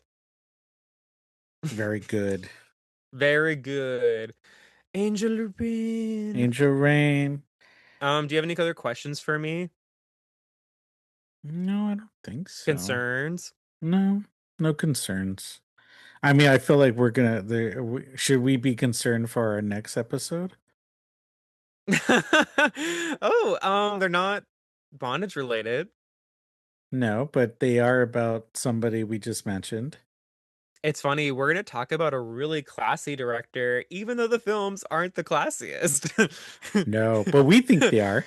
We think one of them is actually extremely fitting for Pride, Oh, absolutely. and one of them might remind you to think about your father. Oh my God, it's before Father's Day too, that movie. That's okay, that's crazy that we're talking about that one. Oh shit! I do. Now I'm like, oh fuck, because Oh my not God. that's not about the bells, right? Either. That's another one. No, that would have been a good one too, where they put the bells inside of Tawny. Because is this the one with the shit? No, that's not where Oh, the enema rains out either. We are not seeing enemas in these two oh, films. damn. But yeah, I guess in the future we could always come back to Takahashi if you wanted to do like another BDSM film from him. I don't think we need to jump into it too. Like this is really No, wet the waters, put this out. Like again, people need to like watch his films that I guess like aren't just from the recent Blu-ray releases to dive in his Pink films is very worthwhile. Again, I think people would really latch on to enjoy this. I guess it inspires us to just keep watching a couple more of like what's available and what's left. Track down. Oh, I am tracking down a VHS of Takahashi's. oh, okay. So yeah. But regardless, please watch. Also, yes, please get so Connie's release of A New Love in Tokyo, the limited edition is sold out. Ooh, So that really only you lost like that the slipcover. They always do like they print the booklets, even the standard edition, so you could still get my writing on it. It's a really proud of that piece. Also, it's kind of a great I guess like teaser too if you're curious about Takashi's Pink films to read it. as you should. As you should. But also like Whew. watch the film, enjoy it. It's fun. It's amazing. It's perfection. It saved our marriage. Did it? Saved friendship? I think it made me realize that, you need more friends. Thank you for that. You know what? If based on the films we watch, maybe we shouldn't have more I don't think friends. we should have more friends. No. Okay, you're actually saying that just as we literally had a hangout with like a group of friends. I know, I'm just being stupid. And also I had that lucky ducky drink. I know. And what movie did we watch with friends? Masters of the Universe. Okay. A lot of our childhoods were healed that day. And I mean, it was kind of great. It was like it was fun. It was fun. But of course, you didn't get the right service at the restaurant, no, you know, that was crazy. because pride. I think they were hateful towards you, but really nice to me. Oh my God. I was like, what this random gay waiter is like checking you out. I'm like, I'm literally right at the end of the table in front of you. Like, what are you doing? Like I also know. like, where's my drink? No, your drink Where's came the food? first. Yeah. The food didn't come out, but you got Oh the my God, drink. yeah, you only had the drink. So I got this drink called a Lucky Ducky at BJ's, which we don't really ever eat at BJ's, so this is As kind of like a much first now. thing. It's a drink that's in this like little bathtub with a fake rubber duck toy in it, Mm-hmm. which was actually really cute. So all I had was that, like y'all were eating, and all I was just sipping on my Lucky Ducky.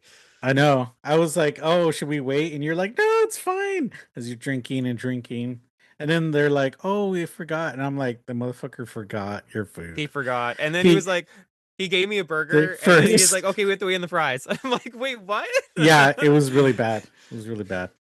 You know what? Maybe he's tied up. I don't think he has the range for that. Oh, I guess okay, to extend this. So Shintoho has like a history of taking plots and like bringing them into bondage. So again, Mm-hmm. like what we got with this is like okay, you have a teacher who goes into bondage. The actress Naomi Oka has also been the apartment wife tied up, right? So again, like what are other professions you would love to see like done as a bondage film? Dentistry. I think that happens a lot. I mean, I know, well, but not like the not Flower and Snake 4, yes, but more crazy. but then you get dentistry in a Daydream. True, but Which again, actually we should talk about Daydream oh my god, sometime. yes, Those are daydream. beautiful. What else? Profession? Oh, a female gym coach. Oh my God, because then the jump ropes could be used for bondage. Exactly. Oh my God, it would be like the scene in Nightmare on Elm Street 2 where the gym coach is tied up and like killed. There you go.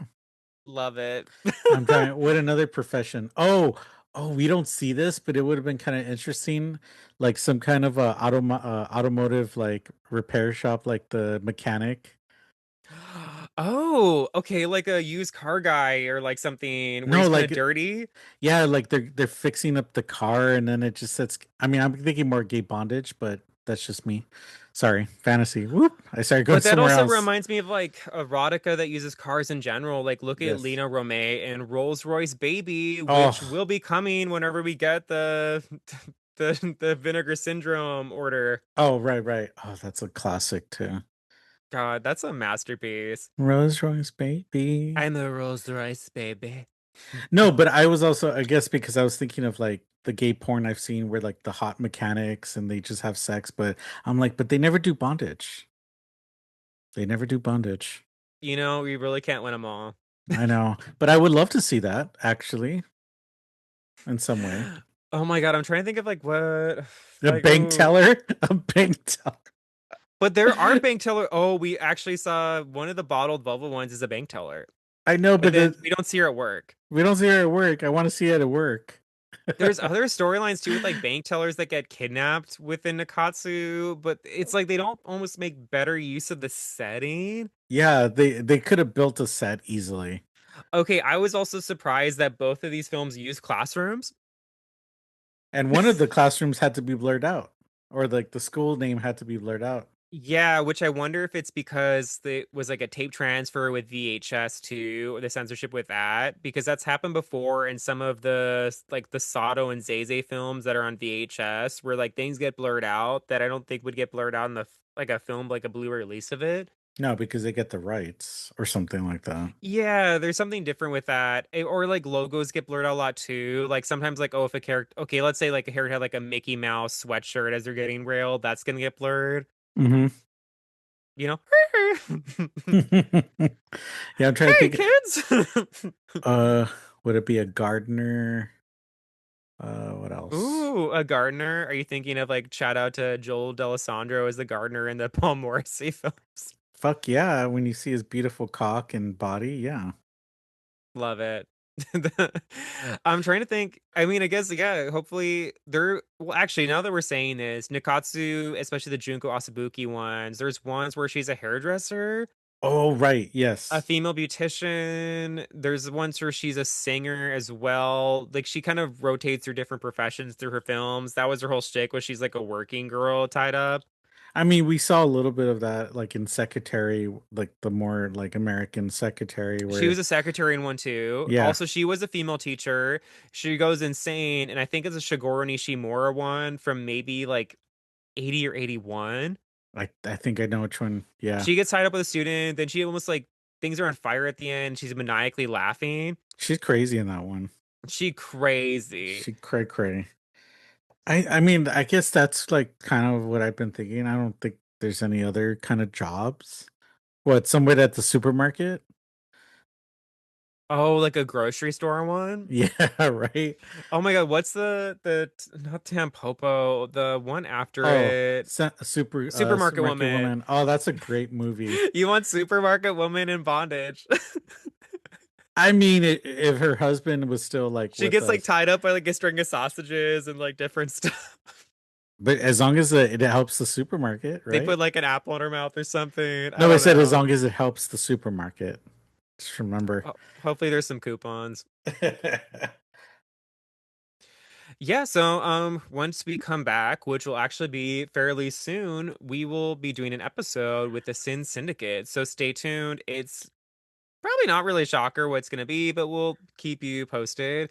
I Yeah. think maybe a little bit after that, we could do a Chusei Sone one just to tease, I guess, Scars of the Sun. Yeah, that's I fine. think we should do the first Angel Guts that he did. That's Yeah, that's fine. fine. That's easy. Also, it's kind of a good flow of Nikkatsu then. We so Yeah. classy. I know we're going back to the classy days.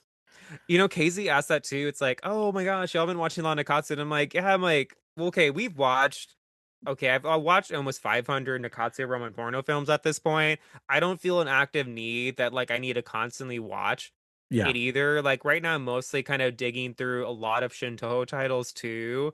I've been watching some of the Seven Lucky Gods of Pink, going to the next generation, but you know, I'll work my way back. It also, this summer break is giving me the times to watch Daydream, the hardcore remake, and also Daydream 2, which are amazing films from Shochiku. Yes. I mean, you'll see because we're going to change. We may go back and come back with a gay one. I don't know. Or a lesbian one. We haven't done a gay one in a Well, yeah. bit. And since maybe Ice Cream, no Kahori, and The Man from the Sea, Yeah, we haven't done a lesbian one, you know? we did a lesbian. We've done a lot of lesbian films. We did Sato's lesbian film, and like also we did the whole Nikkatsu like Sailor Suit Lily Lovers one, but then we were like slightly dissatisfied with this Oh, 2 and 3. we were. That's Yeah. one of the episodes that people watch from us. I Like know, it's that's so fucking weird. I think it's just because like people want to see schoolgirl lesbians. Yeah, I get that. I get it, but you know what? School, you should tie people up at a school. So, yeah, I think bondage at school is better. Is that what you're gonna do next time? You're gonna be like, I quit this fucking job and then like take off your shirt. You're Can you like, imagine if like that you quit by like you rip open? Oh my God! There was a gay teacher politician recently where I was seeing it kind of going on Instagram where it's like people were posting pictures of like him at a pride wearing like a leather harness and trying to shame him for it. oh really? Yeah, I was like, it kind of reminded me of that. It's like, I don't know, it's like the idea that like, I don't know, people are so bothered by like teachers having a life and also with the whole being gay, right? Oh my God, Yeah. it's like it's sin, it's horrible. But I think this was cool about it, regardless of some extremely murky questions of consent. it's cool to see that like a teacher could have the job and also like enjoy themselves, like have an awakening, Mm-hmm. and also like not be boring. Yeah, I think that's the other one. It's like if they have no lives, it's like go do something else instead of You know, just I think I would rather do bondage than get pregnant. yeah. I can see that. Yeah, I'm not keeping that baby. Ooh, yeah. So stay tuned for, our next episode coming out very soon. It may be chaotic. It may be fun. Who knows? And it may be extra long. It may be a little longer than usual, but you know what? It's just gonna be fun. Happy Pride. We'll just say you're that. A lot of pride. gonna Allies. There's a you're lot of gonna get a handful. a big handful. We are going to talk about one of our favorite actresses of all time, and that's going to be It's like, oh yeah, could be obvious. anyone. But we can't tell you which films we're going to talk about yet. So if you guys listen to it, you're going to have to wait. You're going to be patient. They literally have to wait like probably like A couple of a week days. tops. Yeah, A like a couple couple of days. days.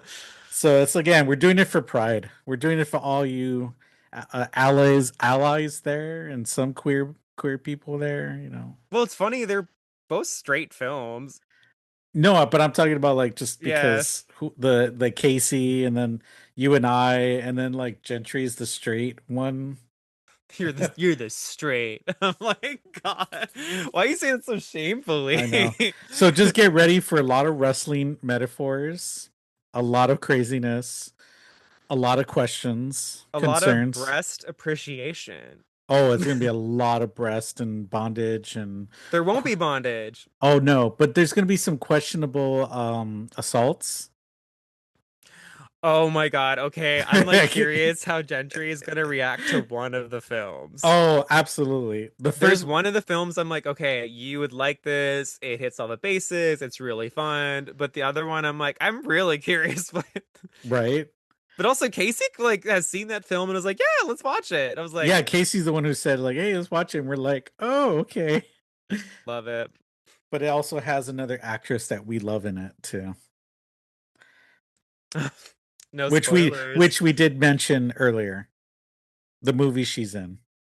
Ooh, What could ooh, that mean?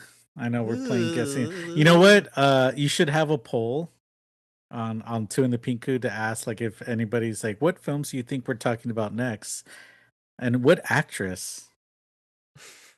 I don't know. I Who, was would just who be for else could it fun. be?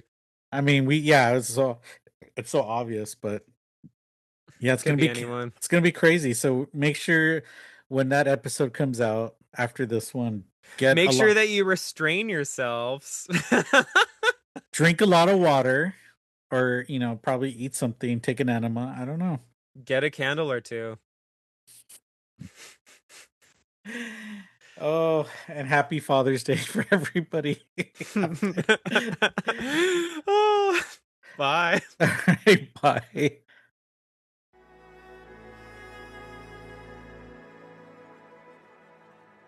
Thank you for listening. To hear more shows from the Someone's Favorite Productions podcast network, please select the link in the description.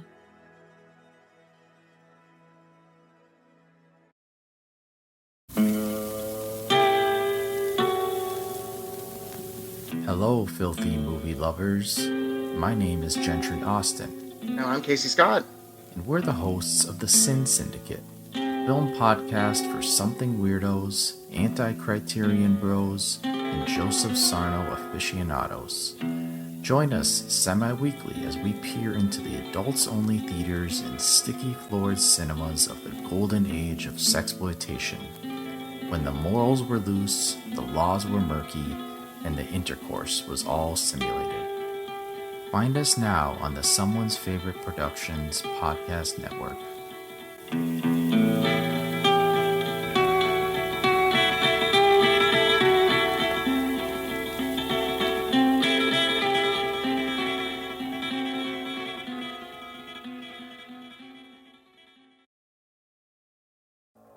If you're looking for more horror outside of the mainstream, look no further than Unsung Horrors, a podcast about underseen horror movies. I'm Lance. And I'm Erica. Every other week, we'll cover a horror movie with fewer than 1,000 views on Letterboxd. We'll even give you double feature recommendations to pair with the movies we discuss. From gothic to shot on video, from slashers to comedies, from giallo to J-horror. We'll cover all the subgenres. So join us as we unearth these hidden gems of horror. Follow us on Instagram, Twitter, and Facebook, all at Unsung Horrors, available wherever you listen to podcasts. And part of the Someone's Favorite Productions podcast network.